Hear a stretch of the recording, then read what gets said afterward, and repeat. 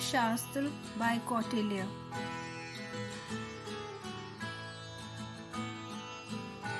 The king who is bent on doing good to all people will enjoy the earth unopposed.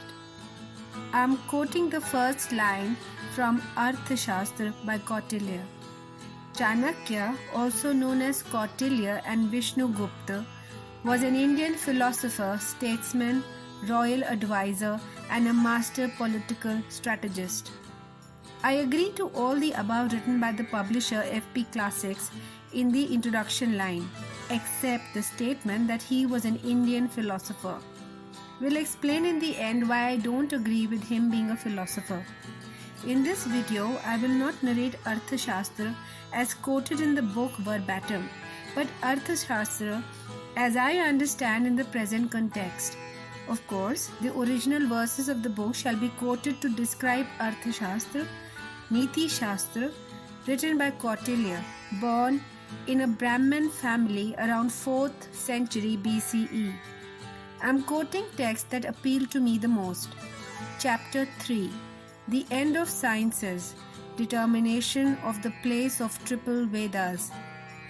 Before I quote the lines, I would narrate what I infer from these lines, that education is the only means of eradicating caste from our system.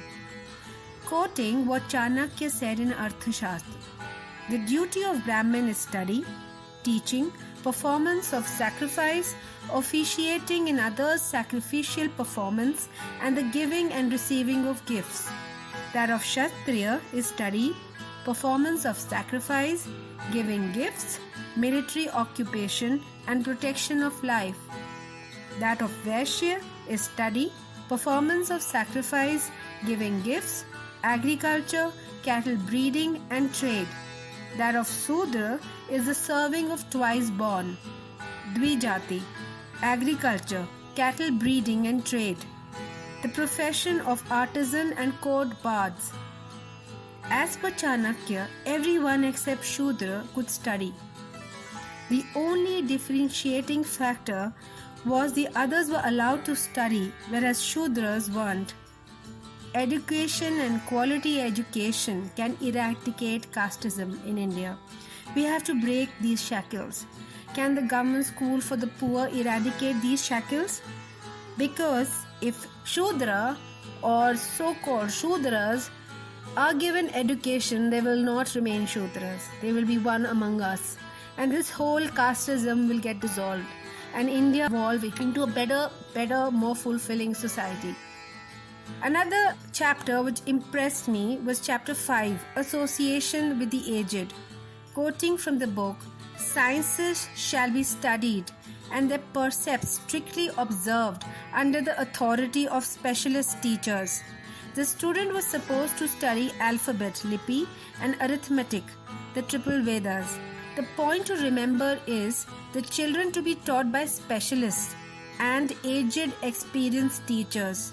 India, with the youngest population in the world, needs specialist teachers to educate children from a nascent age. Only our exceptionally talented and educated children and youth can lead us to great success. Chapter 10, Assertaining by Temptations, Purity or Impurity in Characters of Ministers. Quoting from the book, the king shall dismiss a priest who, when ordered, refuses to teach the Vedas to an outcast person. That means even an outcast was allowed to study Vedas, and if a priest denied this, he was supposed to be dismissed by the king. Chapter 11, The Institution of Spies. Poisoners such as sauce maker, a cook, procurer of water for bathing, the spreader of bed, a barber, toilet maker, a water servant, etc., etc., shall spy the private character of these officers. Chanakya emphasized on a system of vigilance and spies to keep track on the value system and character of ministers of the king.